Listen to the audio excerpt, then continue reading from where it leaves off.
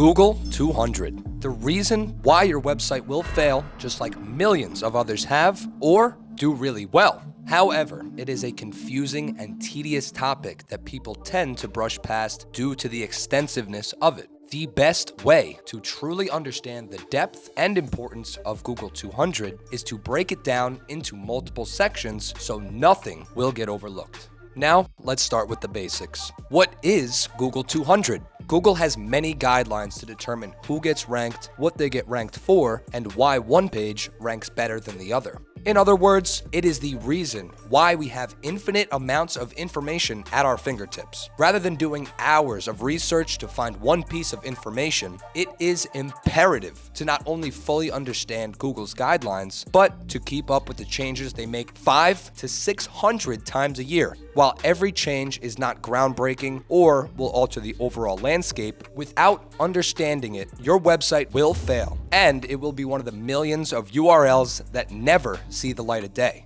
Doing your due diligence will be the factor that either makes or breaks your website. Now, with that said, let's get started with the domain factors. While sometimes in life, it's counterproductive to question age. Like with women, you actually do need to take into account domain age. Now, were you aware that the age of your domain can impact your ranking potential? While older domains are not necessarily superior, they may have an edge as they have built a more established online presence. That being said, do not just assume that buying an older domain will fast track you to the top and make you rich. However, remember that quality content and other factors discussed later play a crucial role as well.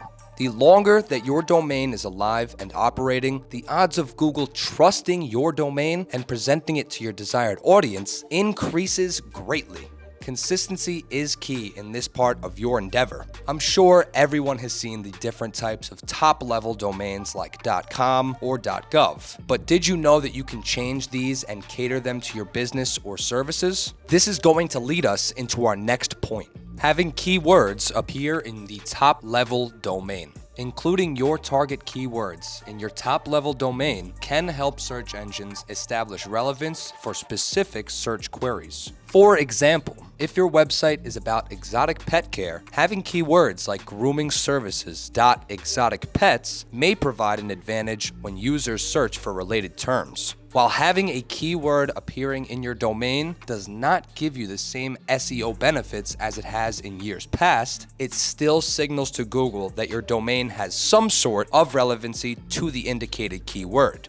While it is not as vital as it used to be, we still strongly encourage everybody to include a strong keyword in their domain if possible. Stacking the odds in your favor is the best thing you can do when navigating this landscape. Domain registration length is something Google notices and could be used as a trust signal. As stated before, making Google trust your website is the main goal. The longer your domain is active, the more trustworthy your site seems, as illegitimate domains are often used for less than a year. Showing Google that your site is dedicated to getting users the information they require over an extensive period of time, the better chance you will have of Google pushing your website to them. Once again, the main key here is consistency. Now, have you ever made a bad decision due to a lack of research or turning a blind eye? I mean, admit it, we've all done it at one point or another. Google uses domain history to put a stop to this recurring issue before it even starts. If your site has ever been flagged by Google, this could be a very big problem.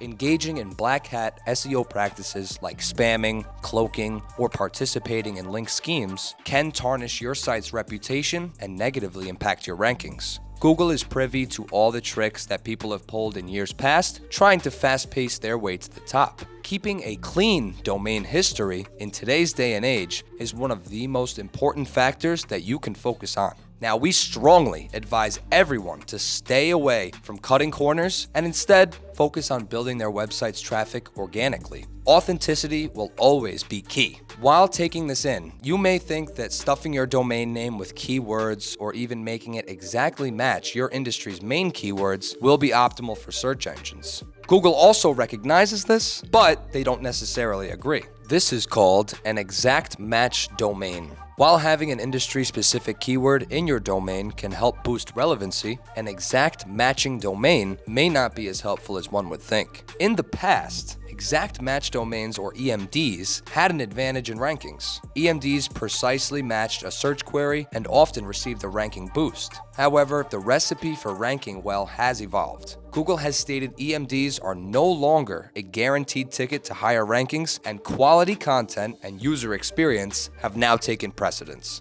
Having an EMD that doesn't match the quality of content Google is looking for will actually hurt your website's rankings and push your website further from the top of search queries. It is definitely in your best interest to focus more on the actual content of your site rather than diverting resources into coming up with the perfect domain name that will match users' search queries.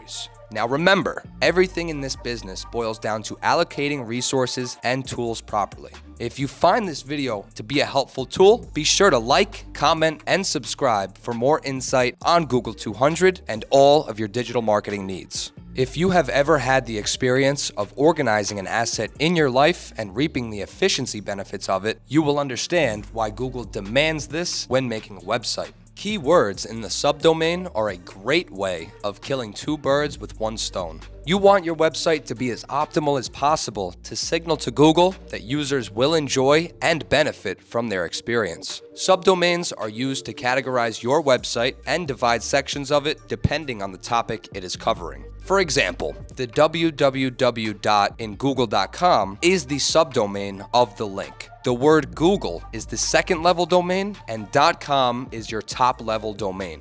When you use subdomains properly, it can organize your website and create the most user-friendly experience possible. Including important keywords in these subdomains tells Google that you have valuable information and can be an asset to users. You want the user experience to be seamless, efficient, and organized to tell Google that you're the right website for the job. In today's day and age, privacy is something that people tend to value more than ever. In a digital world, there are not many things that can be kept under wraps without the public knowing about it. However, you actually need to make the ownership of your website accessible. Public versus private who-is information is one of Google's forms of a background check. You can't be trustworthy without being transparent, right? While having private who-is information isn't necessarily a huge red flag, it definitely leaves a few question marks next to your site's credibility. If Google is unsure of your site, not opening up the records of who runs the site may be the straw that breaks the camel's back. It is strongly encouraged to make your who-is information public and show that Google that you have absolutely nothing to hide.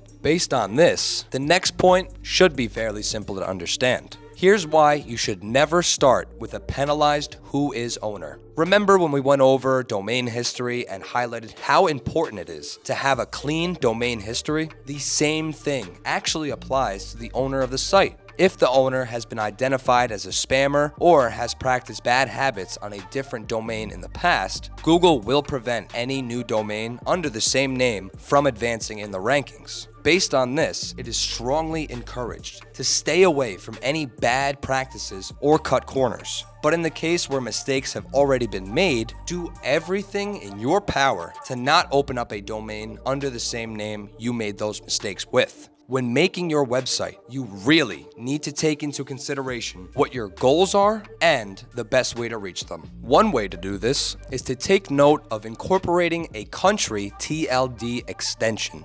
This point really depends on what the scope of your business is. Is your business tailored towards regional, national, or global users? If you're in the realm of not expanding your business past a national level, having a country code top-level domain is right up your alley. Having a country code like .ca or .cn can help rank in the particular country you are located in. However, for sites that are catered to users on a global level, this is most likely not the way to go. You don't want to limit yourself to particular regions if your website can be used by people all over the world. In this case, it's recommended to go the traditional .com route. Plan this out accordingly and figure out what will give you the edge in this competitive, unforgiving world. While domain factors are some of the most important points to focus on during this journey, also, it's important not to forget about page level factors.